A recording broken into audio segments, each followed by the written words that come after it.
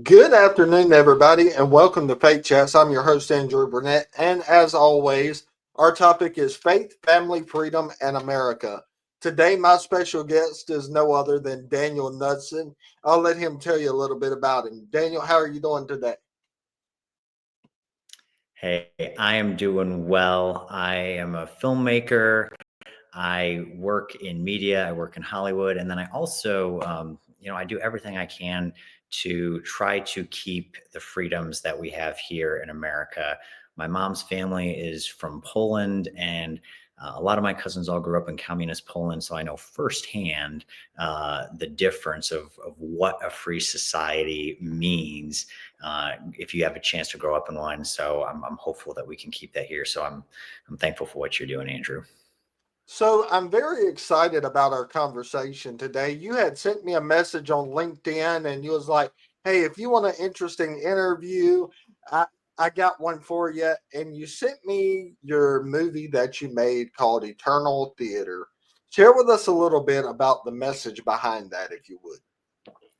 Well, Eternal Theater is a really interesting project. So it's a documentary that's really been a passion project of mine. It's about theology, church history, and really the nature of God and divine justice.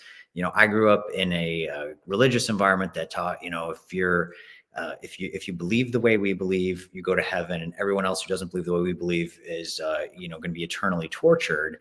And that's what I had heard growing up. So that's what I thought was true.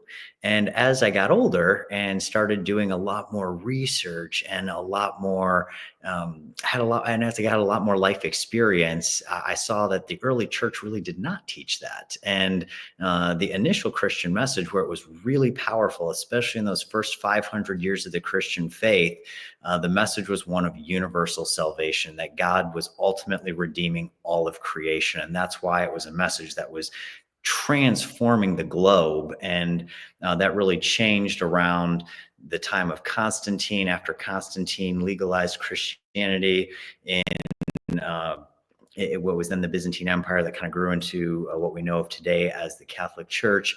The whole theology of Christianity really changed when it took on that empire mindset, because all of a sudden, if the empire could control your afterlife, they had a lot more control in your current life. And so the theology was changed, and that's impacted us to the way we believe today. And so the documentary is exploring the history, where that came from, and I also contrast it with the nature of divine justice. I'm a filmmaker by trade. I direct movies.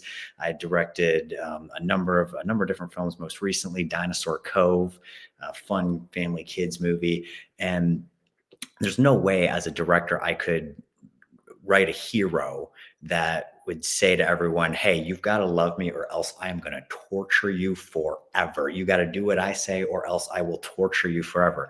No one would watch the movie and walk away in their heart believing that was a hero. And so I was like, there's no way this can be consistent with what is revealed in God's creation with the nature of God. And so that's what led me on this journey. And that's why I made the documentary. It's an interesting project. I know it's a bit much to take, especially for people who are, really entrenched in a particular, maybe denominational view on especially Christianity here. But it's a project that I think is worth watching because it's a conversation that I believe we need to have. So, what really inspired you to pursue the journey in creating such a documentary as Internal Theater? Well, that is a good question. I think one of my biggest inspirations was, I grew up in the church and I saw a lot of church hurt. I saw a lot of manipulation and things that were actually not good as a result of people people using theology to manipulate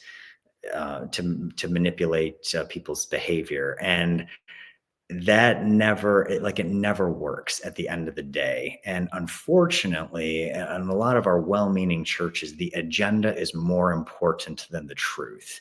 And as a person of faith, I believe our highest calling is to love God, but then it is to be truth seekers. And as a genuine and authentic truth seeker, I think you have to recognize when certain things are not actually working in the real world or not working in the institutional structures of our churches. And so that was really a big part of the inspiration of what led me on the journey to make Eternal Theater. And it's not really, it wasn't really the intended purpose of this ahead of time, but it's actually been a movie that a lot of people who've experienced various different church hurt have really resonated with, and it's been an eye-opening project. And they've actually said I've gotten some very, very nice messages from, people who've experienced that kind of stuff and then saw the documentary, and they're like, this makes sense. I see where they believe, where we're going wrong. So that's the documentary. Obviously, it's a controversial documentary. If you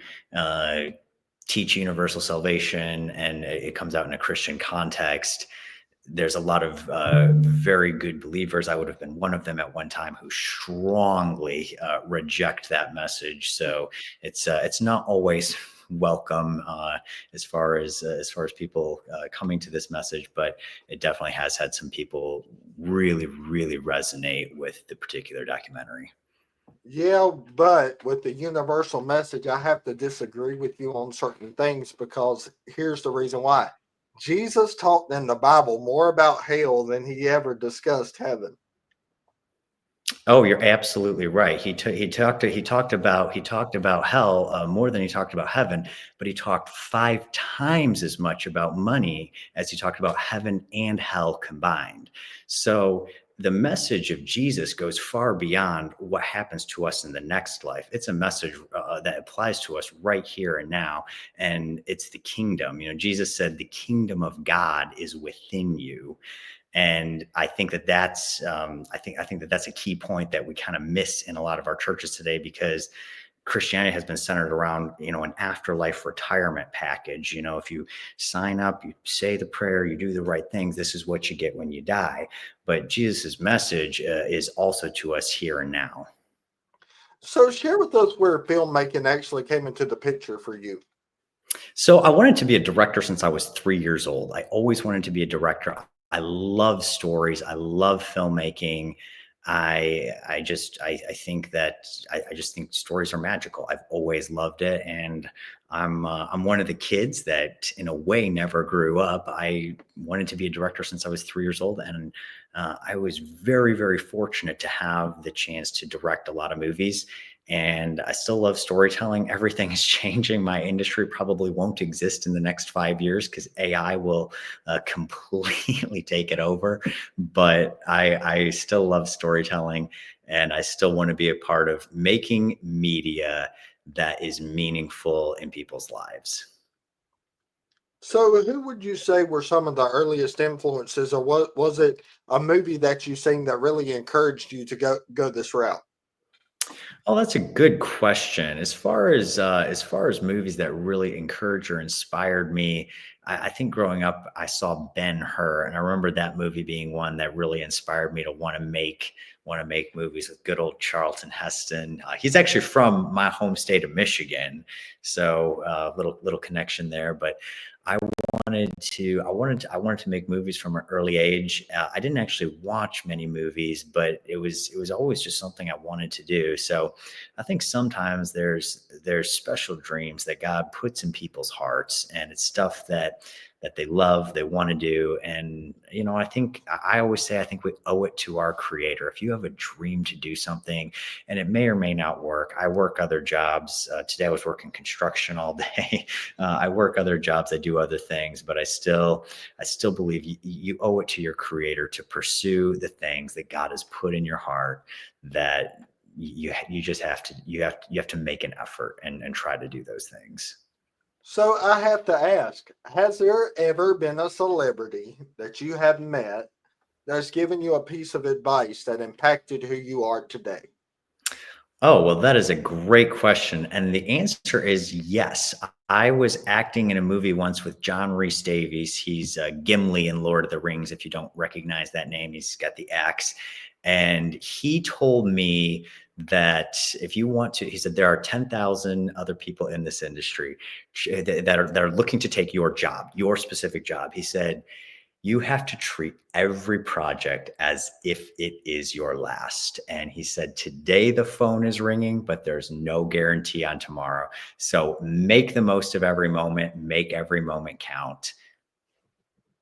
So, to the young actor that may be watching or actress that really is inspiring to be a part of the Hollywood industry or even the faith based Christian film industry, what advice can you give them?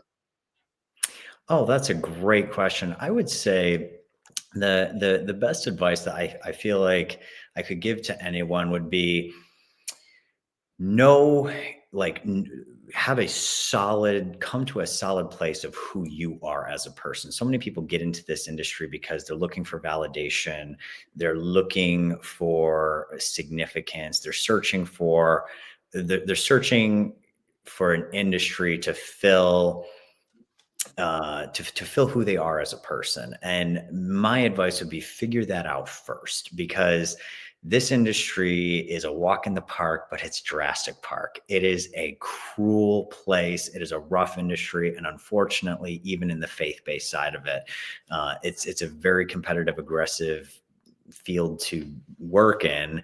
So I would say know who you are, go after your dreams. And you do have to kind of fight hard, but also hold it with an open hand, because there is no guarantee on tomorrow. Today, maybe the phone is ringing, but there's no guarantee on tomorrow. You got to enjoy every chance you get. I would echo John Rice Davis's advice there. Make the most, make every moment count. So I'd say that, but pursue your dreams, know who you are, be confident in who you are, and remember, the industry doesn't define you, you define you.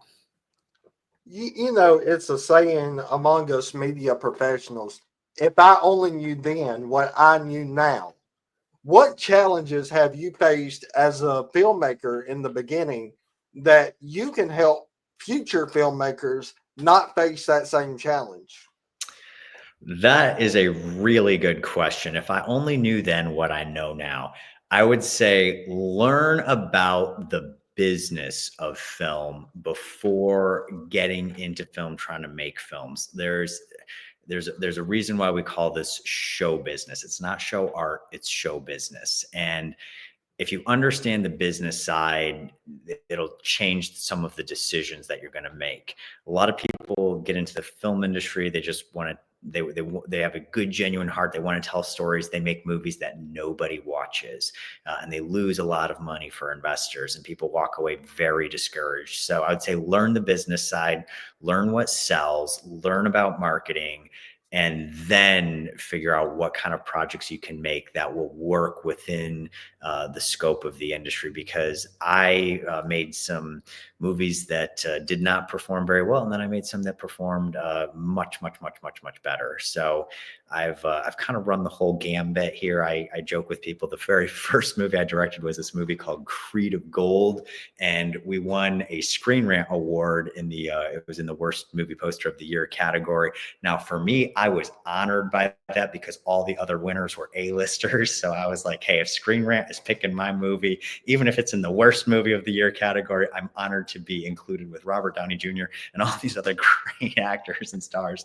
But then the last movie I directed, Dinosaur Cove, the lead actor won the Youth Academy Award for his role in the movie under my direction. So I can tell you, from the best to the worst, enjoy the journey, but make movies that are, if you want to be a director, at least director, producer, try to make movies. And actually for an actor too, make movies that are commercial, because those are the movies that people will watch. Those are the movies that will actually give you a little bit more credibility in the industry to move forward. Because the gatekeepers, and this is all changing, but the gatekeepers are not really interested in how creative you are. The gatekeepers are interested in whether or not you are a commercially viable artist. And if you're a commercially viable artist, then they will advance your career. If you're not, they won't. So a lot of us creatives, we love our creativity. We're not so focused on the business side, but I would say learn the business side, make content that is commercially viable, and then you'll have a lot more doors that will open. I will say that with a caveat, everything is changing right now with AI and the future of the internet. I think we're going to see a lot more content. I think there's going to be a content explosion. Probably a lot of it will be really bad content. And so I would say one of the big things I would encourage people to do is learn storytelling, because I think that's going to be the key difference. If you can make a story that really resonates with the audience and connects at a human level, you'll be doing something that AI can't do. Let AI assist you in reaching a human heart, because it probably won't be able to do that itself. It doesn't understand the human experience the way we do. We understand the human experience. We've got, because we have pain, we have hurt, but to an AI, that's just a concept. We actually feel it. So we can communicate it in a way that goes beyond something that really I think AI can understand. So I'd say focus on story, because the industry is going to completely transform over the next 5 years. So with 2026 at hand, I mean, it's closer than it seems, but what future projects are you working on right now? Well, that is a good question. At the moment, I've got two projects I'm doing. One is a personal project. I've got a song called Every Moment that we are just finishing up a music video for. It's going to come out November 11th of this year. And it's a song that I wrote going through some of the most difficult moments in my life. I went through a really, really tough time over the last couple of years. I was suicidal every single day for 2 years. It was just miserable. And I thankfully have hit rock bottom and am bouncing back, and I'm on the upswing now. And I wrote a song about my journey called Every Moment. And the hook is every moment is a chance to turn it all around. Jesus always said, your faith has made you whole. So I think that there is a real and definable difference that we can make based on what we believe. And that's what the song is all about. So I've got that song coming out with a special music video November 11th of this year, in just a month. And then I've also got a TV series that I am a director of photography on called Deconstructing Dahlia. It is about the Black Dahlia. She was an actress in Hollywood back in the 1940s. In 1947, she was tragically murdered. It was a really gruesome murder by today's standards, but just unspeakable back in the 40s. She was cut in half, all mangled up. It was a really violent crime, but it was never solved. It was never solved after, I think it's now been about 70 years. And there's some exciting advancements. I'm working with the LAPD and a group of filmmakers doing an exciting, groundbreaking kind of reality TV / docudrama on this particular project. It's going to be a series.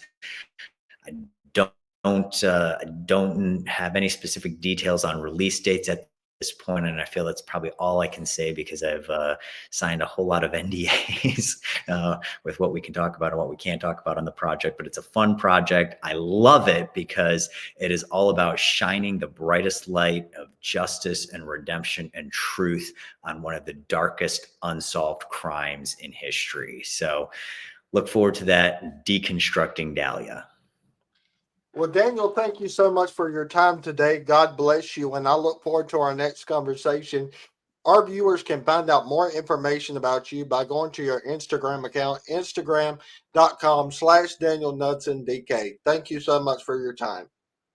Hey, thank you. God bless. All right. Bye bye.